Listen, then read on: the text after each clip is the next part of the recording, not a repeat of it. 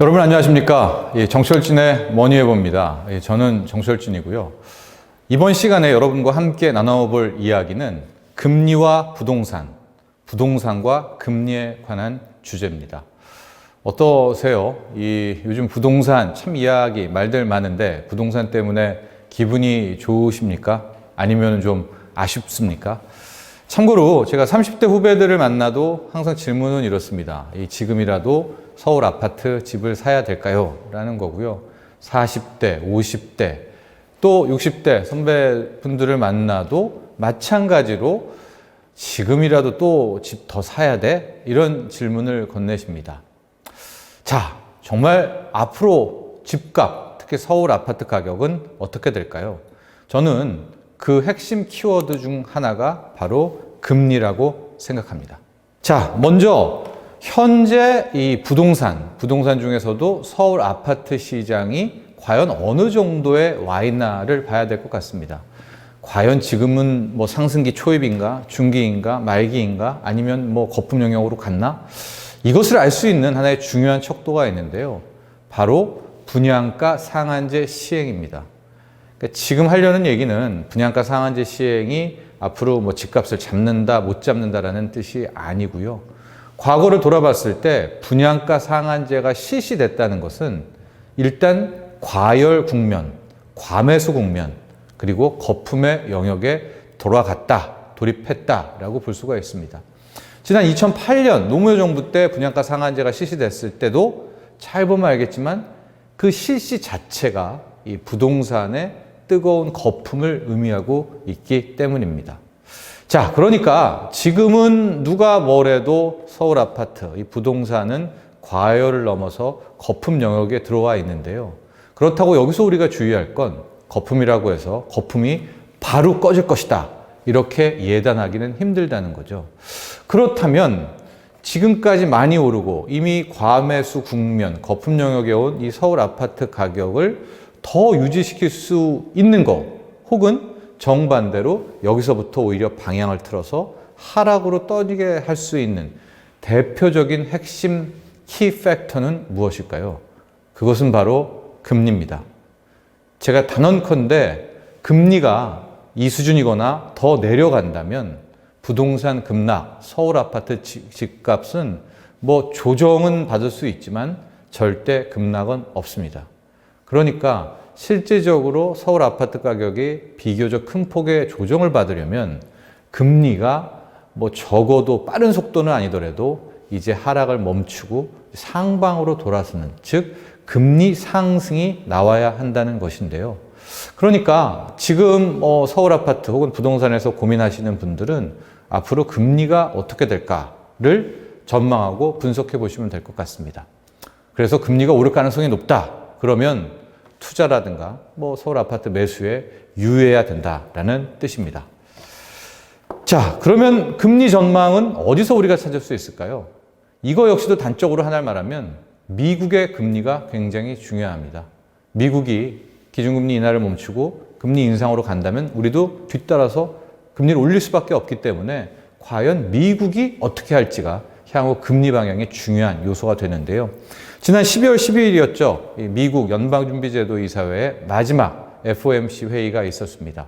일단 기준금리는 연 1.5에서 1.75%로 동결을 했는데, 이때 제롬 파월 연준 의장이 뭐라고 했느냐? 앞으로 인플레이션이 확연하게 나타나지 않으면 뭐 지금 금리를 유지하겠다라는 말을 했습니다. 이 코멘트는 현재의 낮은 저금리가 상당 기간 유지할 수 있다라는 것을 돌려 말한 것이고요. 이 코멘트 때문에 뭐 다음날 한국 증시, 홍콩 증시 굉장히 큰 폭으로 상승을 했었습니다.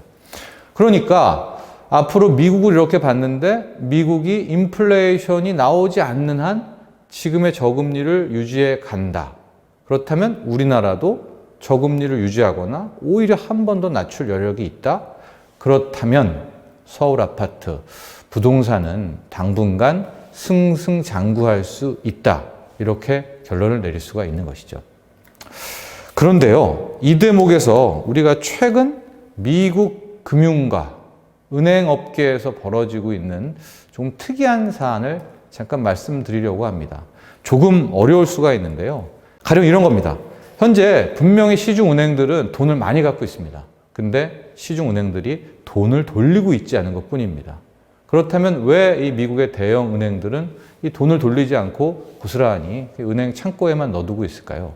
바로 연방준비제도 이사회가 이제 곧 또 한 번의 경기부양을 할 것이고, 경기부양의 대표적인 방법이 과거 2009년, 10년, 11년에 있었던 양적 완화, 그러니까 즉 시중에 있는 채권을 연준이 사주고 그만큼의 돈을 푸는 방법이 또 나올 거라고 기대하고 있는 겁니다.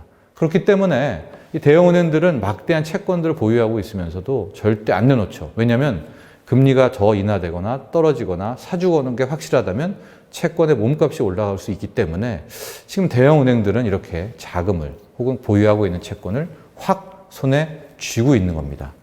근데 저는 바로 이 대목에서 또 다른 가능성을 좀 점쳐보고 싶은데요. 지금 우리가 생각하는 경기부양은 흔히 말하는 금리 인하, 나아가서 마이너스 금리, 그 다음에 또 시중에 채권을 사주고 돈을 찍어서 푸는 양적 완화, 이 정도의 방법을 생각할 수 있을 텐데요. 그런데 이런 우리가 생각하고 있는 경기부양 방식이 아니라 정확히 다른 측면, 즉 중앙은행이 나서는 게 아니라 중앙정부가 나서서 요즘 많이 얘기가 나오고 있죠. MMT, 현대통화이론에서 나오는 건데 아예 돈을 일정 부분 가계에 지급한다라든가 통화 증발, 헬리콥터 라고 방식이라고 하죠. 이런 방식으로 아예 고의적으로 인위적으로 인플레를 유발시키는 경기부양이 사용된다면, 그러니까 통화정책이 아니라 아주 노골적인 재정정책에 경기부양이 사용이 된다면 결과적으로는 금리는 오를 수밖에 없죠. 왜냐? 이렇게 될 경우에는 이제 인플레가 드디어 발생하게 될 것이고, 그렇다면 제롬 파월 연준 의장이 공언했던 것처럼 이제 금리도 올릴 것이고, 당연히 인플레이션, 물가 상승이 나온다면 시중금리에서 따라 오르게 되는 이런 국면이 나올 수도 있다라는 겁니다. 그렇기 때문에 지금 다수설은 저금리 시대 유지될 거야 하고, 또 경기부양하면 뭐겠어?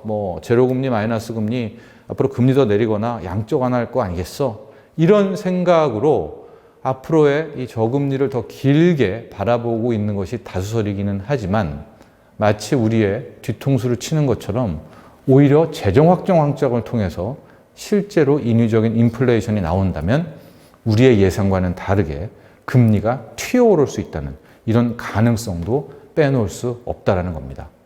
그런데요, 여기서 우리 한국 부동산에서 유념해야 될 것은, 지금 우리는 모두 금리가 더 낮아질 것, 저금리가 더 길게 유지될 것이라고 바라보고 있지만, 만에 하나 인위적인 경기부양에 대해서 인플레이션이 나오고 실질적으로 이 금리가 뒤따라서 오르게 될 경우 우리에게는 1600조 원이라는 가계부채가 큰 발목, 걸림돌이 될 수가 있습니다. 우리가 보통 이렇게 인위적인 인플레가 나오고 물가 상승이 나온다면 당연히 부동산도 호재일 수밖에 없겠죠. 인플레이션이 나왔으니까. 그런데 현재 우리의 특징을 보면 1600조 원, 이 중에 거의 70%는 지금 부동산 담보대출로 집값과 연동되어 있습니다. 그런데 만에 하나 금리가 연 2%에서 연 4%로 올랐다. 고작 2%포인트 오른 거지만 만에 하나 150만 원의 원리금을 내고 있었다면 이분은 이제 300만 원을 부담을 해야 됩니다. 그래서 자칫 이 대목에서 우리의 생각과는 달리 저금리가 끝나고 금리가 상승 쪽으로 시중금리가 돌아서게 될 경우 실질적으로 1600조 원의 가계부채 때문에 막대한 부채를 끌어서 산 집을 원리금을 못 내서 오히려 시장에 내다 던질 수밖에 없는 이런 전혀 다른 파국적 국면이 올 수 있다는 점도 꼭 기억해야 되시길 바랍니다. 물론 혹시 너무 걱정을 하실까 봐 다시 말씀드리지만 아직까지는 저금리 시대가 좀 더 유지될 것이다. 심지어는 한 차례 한국은행 같은 경우에는 연 1%대까지 기준금리를 낮출 수 있다는 설이 힘을 얻고 있습니다. 그러나 항상 시장은 우리의 뒤통수를 친다고 하죠. 우리의 예상과 다른 변수로 실은 금리의 방향이 바뀔 수도 있다는 점도 꼭 기억해야 되시고요. 그래서 제가 끝으로 말씀드리고 싶은 것은 나의 가계부채 혹은 집을 살 때 주택담보대출 이런 빚과 관련해서는 30, 30 원칙을 꼭 기억하십시오. 30, 30%의 원칙이 뭐냐? 일단 전체 내가 부채를 끌었을 때도 전체 집값 대비 30%는 빚이 안 되게. 그러니까 아무리 부채를 끌었어도 10억이라면 집값이 3억 이상은 안 되는 이 30%를 지켜야 되고요. 두 번째 30%는 뭐냐? 내 소득 대비 매달 내는 원리금이 30%가 넘으면 안 됩니다. 그러니까 내가 매달 100만 원을 번다면 내가 은행에 갖다 내는 원리금 이자가 30만 원을 넘지 않는 그런 선이 돼야만 실질적으로 우리가 예기치 못한 금리의 방향성이 상승 쪽으로 바뀔 때도 버텨낼 수 있다는 사실을 꼭 기억하시기 바랍니다. 청소신대 머니해보 오늘은 여기까지입니다. 감사합니다.